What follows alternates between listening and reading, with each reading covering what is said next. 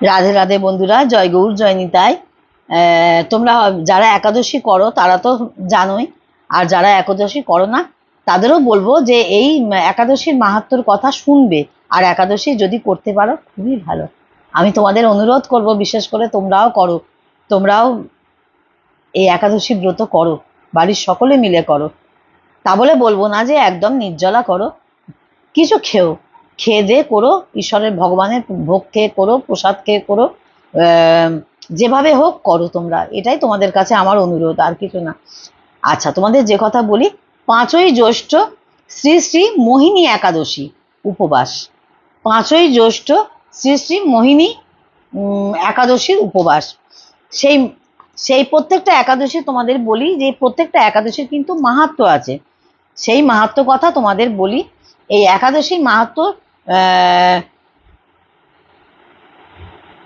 এই মোহিনী একাদশীর মাহাত্ম্য তোমাদের বলবো। যুধিষ্ঠির বললেন, হে জনার্দন,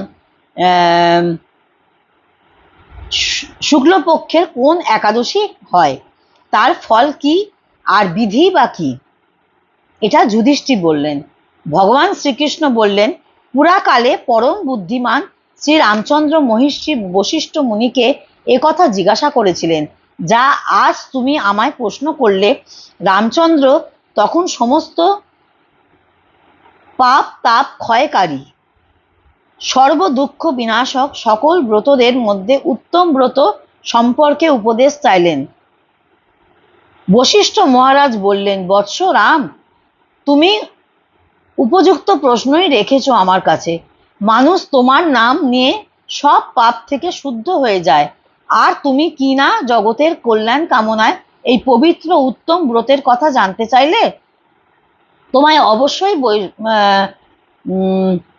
তোমায় অবশ্যই শুক্লপক্ষের মোহিনী একাদশীর কথা অবশ্যই তোমাকে বলবো, একাদশীর কথা জানাবো।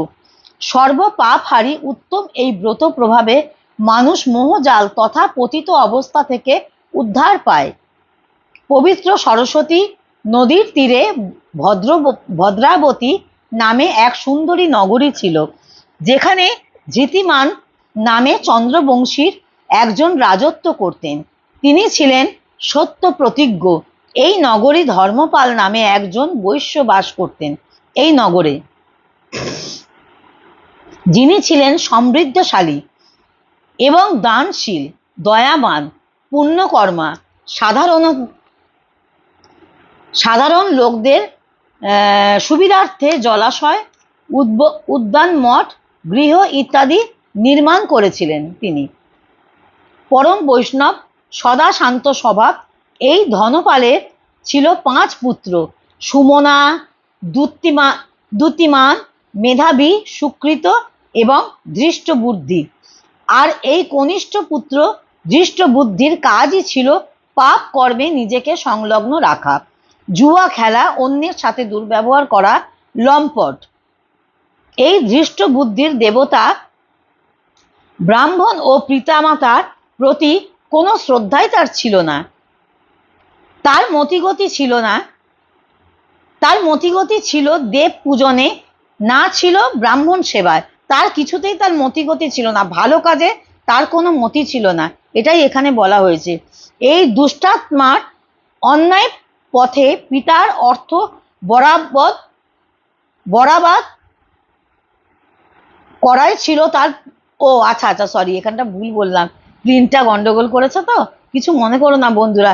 এই দুষ্টাত্মার অন্যায় পথে পিতার অর্থ বরবাদ করাই ছিল প্রধান কাজ। আমি এবার বুঝতে পারলাম, আমি তখন না বুঝেই বলে ফেলেছিলাম।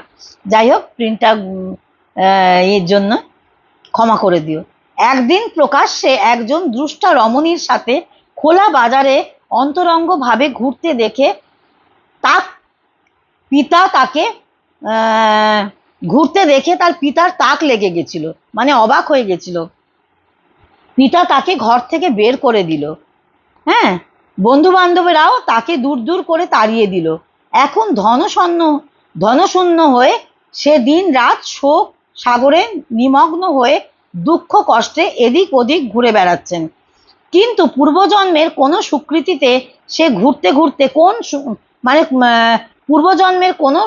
সুকৃতিতে সে সে ঘুরতে ঘুরতে ঋষি কণ্ডিন্য মুনির আশ্রমে উপস্থিত হয়ে গেল। তখন ছিল বৈশাখ মাস। তপবন মহর্ষি কৌন্ডিন্য গঙ্গাজিতে স্নান করে ফিরছেন। উনি তখন গঙ্গা নদীতে স্নান করে ফিরছেন। দৃষ্ট বুদ্ধি শোক ভারে পীড়িত হয়ে মুনিবর কৌন্ডন্যের পাশে গিয়ে হাত জোর করে প্রণিপাত পূর্বক বলল, ব্রাহ্মণ দ্বিজশ্রেষ্ঠ, আমার প্রতি কৃপা পরবর্ষ হয়ে এমন কোন ব্রতের উপদেশ দিন যার ফলে আমার এই কষ্টের জীবন শেষ হয়ে যায়। বন্ধুরা, অনেক সময় আমার বলতে বলতে কিছু প্রিন্টের জন্য ভুল হয়ে যায়, তোমরা আমাকে সকলে কিন্তু ক্ষমা করে দিও। হ্যাঁ, আমি তোমাদের সবসময় চেষ্টা করি ভালোটা শোনানোর, ভালোটা বলার, তোমরা আমাকে ক্ষমা করে দিও। আমি আগেই তোমাদের কাছে ক্ষমা চেয়ে নিচ্ছি, ভুল ত্রুটি মার্জনা করে দিও।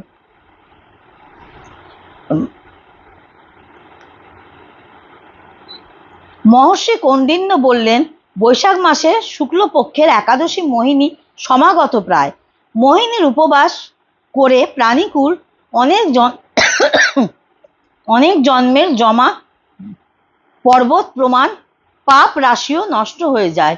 বশিষ্ঠজি বললেন, হে রামচন্দ্র, মুনির এক কথা শুনে দৃষ্ট বুদ্ধি যেন প্রাণ ফিরে পেল। উনি ঋষি কৌন্ডন্যের উপদেশ মতো বিধিপূর্বক মোহিনী একাদশী ব্রত করলেন। নৃপশ্রেষ্ঠ এই ব্রত পালন করে উনি নিষ্পাপ হয়ে গেলেন এবং দিব্য দেহ ধারণ করে গরুরের পিঠে চড়ে বিষ্ণু লোকে চলেও গেলেন।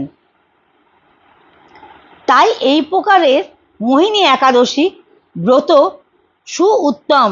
এর মাহাত্ম্য কথা শুনলে ও পড়লেও সহস্র গোদানের পুণ্য মেলে। হরিওম। তাহলে বুঝতে পারলে মোহিনী একাদশীর মাহাত্ম্য কথা, যেটা আমাদের সকলে শোনা খুবই ভালো। তোমরা সকলে শোনো, সকলে ভালো থেকো, আর সকলে একাদশী করার চেষ্টা করো। একাদশী ব্রত পালন করা ভীষণ ভালো। তুমি কোনো উপবাস করতে পারো আর না পারো, একাদশী আর শিবরাত্রির হচ্ছে, শিব হচ্ছে পরম বৈষ্ণব, মানে বৈষ্ণবদের মধ্যে সব থেকে শ্রেষ্ঠ দেবতা হচ্ছে শিব ঠাকুর। তার ওই জন্য শিবব্রত করাটা ভালো, শিবের ব্রত করা ভালো, গঙ্গা স্নান করা ভালো। গঙ্গা স্নান যদি করতে যদি নাও পারো বন্ধুরা, একটা কথা তোমাদের বলবো, স্নান করে উঠে মাথায় একটু গঙ্গা জলে ছিটে দেবে, তাহলেও সেটা শতপুণ্যের সমান হয়, গঙ্গা স্নানের সমান হয়। গঙ্গা স্নান করে তুমি যে পুণ্য অর্জনটা করবে গঙ্গায় ডুব দিয়ে, সেটা তারও ফল কিছুটা লাভ হয়। আর এগুলো আমাদের মানব জীবনের ধর্ম, এগুলো করতেই হবে।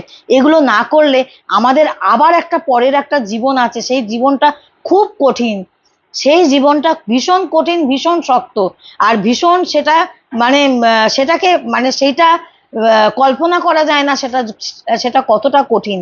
আমি আর সেই বিষয় তোমাদের বলবো না। একটা কথা জেনে রাখো, এই মানব জীবনটা আমাদের 70 বছর, 50 বছর, 60 বছর, 80 বছর, কারোর না কারোর কিছু না কিছু নিয়তিতে লেখা আছে। সেই বছর অবধি ভগবান যেদিন আমাদের নিয়ে যাবেন সেদিন আমরা চলে যাব। হ্যাঁ, সেদিন আমাদের ভাড়া ঘর ছাড়তেই হবে, এ দেহ ত্যাগ করতে হবে। তোমাদের সকলকে আমার অনুরোধ, অবশ্যই একাদশী ব্রত করো। একাদশী কোনো ব্রত করতে পারো না পারো, এই ব্রত করো। ষষ্ঠীর মধ্যে দুর্গা ষষ্ঠী শ্রেষ্ঠ, এটা তোমাদের বলি। আর শিবরাত্রির ব্রত শ্রেষ্ঠ, যেহেতু শিব ঠাকুর সব থেকে বড় বৈষ্ণব ছিল। দেখবে শিব ঠাকুর হচ্ছে সব থেকে বড় ত্যাগী। শিব ঠাকুর কিন্তু কোনো রকম আড়ম্বর অত কিন্তু কিছু পছন্দ করে না। সে একটা বেলপাতা পেলে সব থেকে বেশি সন্তুষ্ট হয়, আর কিছু কিন্তু তার লাগে না। তার পুজোয় বাতাসা আর বেলপাতা, তাতেই তিনি তুষ্ট হন। তিনি এত আড়ম্বর পছন্দ করেন না। এই যে তোমাদের একটা কথা বলি, বলতে বলতে অনেক কথাই বলা হয়ে যায়। হ্যাঁ, আমরা অনেকে শিবরাত্রির পুজোয়, নীল ষষ্ঠীর পুজোয় আমরা কিন্তু দুধ ব্যবহার করি। দুধটা কত মানুষ তো খেতে পায় না, কত বাচ্চারা খেতে পায় না। এই দুধটাও তুমি যদি শিব ঠাকুরকে যদি নাও দাও, তাতেও কিন্তু শিব ঠাকুর কিন্তু রাগ করবে না। ওই দুধটা তুমি যদি দান করো, তাহলেও জানবে তোমার সব থেকে কিন্তু বড় সন্তুষ্ট হলেন কিন্তু সেই শিব ঠাকুরই কিন্তু সন্তুষ্ট হলেন। কারণ জীব সেবা হচ্ছে পরম সেবা। জীবের মতন বড় সেবা আর কিছু হয় না। জীব সেবা পরম সেবা। যদি কোনো শিশুকে খাওয়াতে পারো, যদি কোনো প্রাণীকে খাওয়াতে পারো, বিড়াল হোক, কুকুর হোক, যে কোনো প্রাণীকে, গরু হোক, যা কিছু তাকে যদি খাওয়াতে পারো কোনো কিছু, সেটা কিন্তু ভীষণ ফলদায়ক, জানো তো। সব সময় জীব সেবার মধ্যে ঈশ্বরকে তুমি খুঁজে পাবে, এটা তোমাদের বলি। জীব সেবাই হচ্ছে পরম ব্রত, পরম ধর্ম। পরম ব্রত বলবো না, পরম ধর্ম। জীবকে সেবা করবে। দুধ গঙ্গা জল মাথায় নাও যদি ঢালতে পারো, অন্তত গঙ্গা জল দিও, গঙ্গা জলে পঞ্চামৃত দিও। হ্যাঁ, পঞ্চামৃত কি কি তোমাদের এর আগে আমি ভিডিওতে বলেছি। পঞ্চামৃত করা যায় গঙ্গা জল দিয়েই, দুধ ছাড়াও পঞ্চামৃত করা যায়, দুধ দই ছাড়াও কিন্তু পঞ্চামৃত করা যায়, কোনো অসুবিধা হয় না তাতে। তাতেও বাবা ভোলানাথ ভীষণ সন্তুষ্ট হন, কারণ তিনি কৃপাময়ী। তিনি কৃপাময়ী, তিনি কৃপা করার জন্য বসে আছে। শুধু ভক্তের দুফোঁটা চোখের অশ্রু চায়, আর কিছুই সে চায় না। আর একটু বেলপাতা দিলেই সে সন্তুষ্ট হয়, দুটো বাতাসা দিলেই সে সন্তুষ্ট হয়। শুধু ভক্তি, আর কিচ্ছু না। তোমরা সকলে ভালো থেকো, সুস্থ থেকো। এসো 8 থেকে 80 আমরা সবাই করি একাদশী। সকল বন্ধুরা মিলে আমরা একাদশী ব্রত পালন করি, এটাই সর্বশ্রেষ্ঠ ব্রত। তোমাদের সকলকে বলি, ততক্ষণ সকলে ভিডিওয় কিছু একটা কমেন্ট করবে, ভিডিও শুনবে, ভালো লাগবে। ততক্ষণ রাধে রাধে, জয় গৌর, জয় নিতাই।